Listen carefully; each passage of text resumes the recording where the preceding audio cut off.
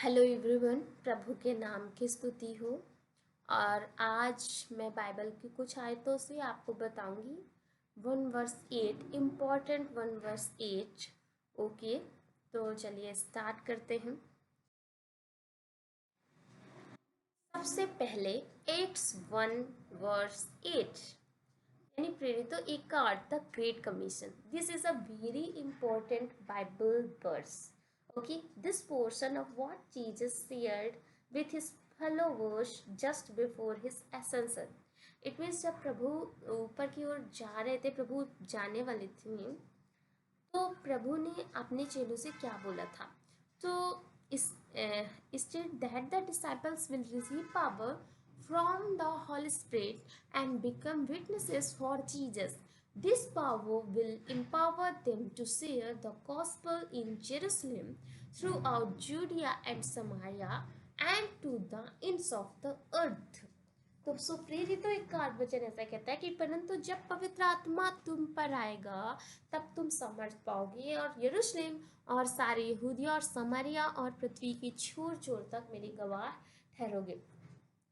तो प्रभु ने अपने चेलों से कहा था कि जब पवित्र आत्मा तुम पर आएगा, तो इसमें यरूशलेम है कि जब आपको सुसमाचार सुनाना हो तो सबसे पहले अपने फैमिली से शुरुआत करो, अपने परिवार को सुसमाचार के बारे में बताना। और सारे यहूदिया मतलब अपने नेबर्स जो हमारे पड़ोसी हैं उनको सुसमाचार के बारे में बताना।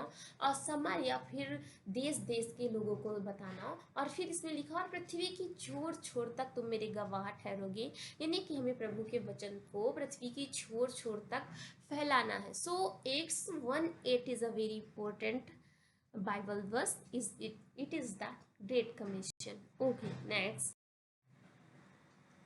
Job 1:8, a man of benevolence.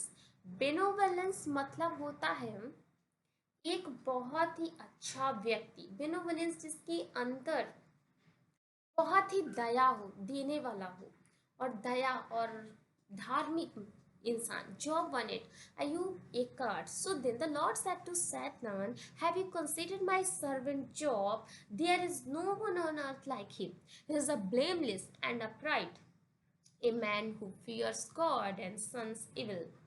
Sorry, evils यहाँ है, sons evils.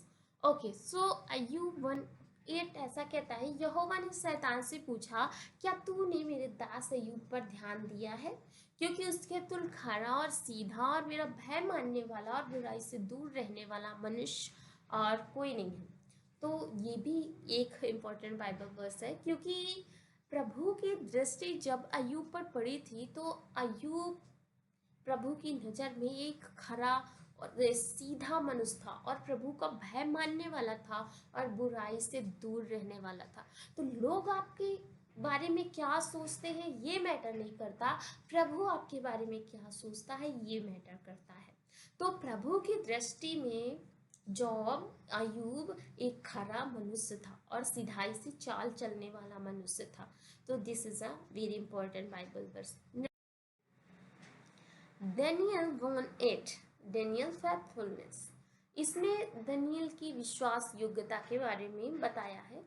तो Daniel 1:8 state, but Daniel purposed in his heart that he would not defile himself with the portion of the king's meat, nor with the wine which he drank. Therefore he requested of the prince of the eunuchs that he might not defile himself. Daniel 1:8 का हिंदी अनुवाद ऐसा है कि परंतु Daniel ने अपने मन में ठान लिया था कि राजा का भोजन खाकर और उसके पीने दाख मत जो उसने पीने के लिए अपवित्र ना हो जाए, इसलिए उसने खोजों के प्रधान से विनती की कि उसे अपवित्र ना होना पड़े।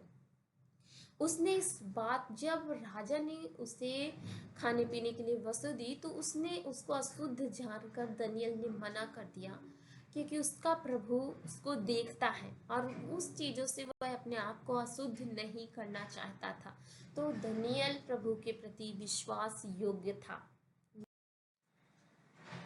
Joshua 1:8, the price of success. इसमें लिखा है Joshua 1:8 is a very important Bible verse. इसमें ऐसा द प्राइस ऑफ सक्सेस, सफलता का मूल्य। So Joshua 1:8 in the King James version Okay, King James. These books of the last shall not depart out of thy mouth, but thou shalt meditate therein day and night, that thou mayest observe to do according to all that is written therein, for then thou shalt make thy way prosperous, and then thou shalt have good success. यहोशू 61 ऐसा कहता है कि व्यवस्था की ये पुस्तक तेरे चित्त से कभी न उतरने पाए, इसी में दिन रात ध्यान दिए रहना, इसीलिए कि जो कुछ उसमें लिखा है उसके अनुसार करने की तू चौकसी करे, क्योंकि ऐसा ही करने से तेरे सब काम सफल होंगे और तू प्रभावशाली होगा। तो इसमें प्रभु के वचन में ऐसा लिखा है कि व्यवस्था की पुस्तक को हमारे मन से नहीं हटाना, हमको दिन रात उस पर ध्यान रखना है। हमको ये ध्यान रखना है प्रभु का वचन कहाँ क्या कहता है, तो ये सक्सेस तभी हम अपने काम में सफल होंगे। Romans 1:8 live through the Holi spirit, पवित्र आत्मा के साथ जीवन जीना।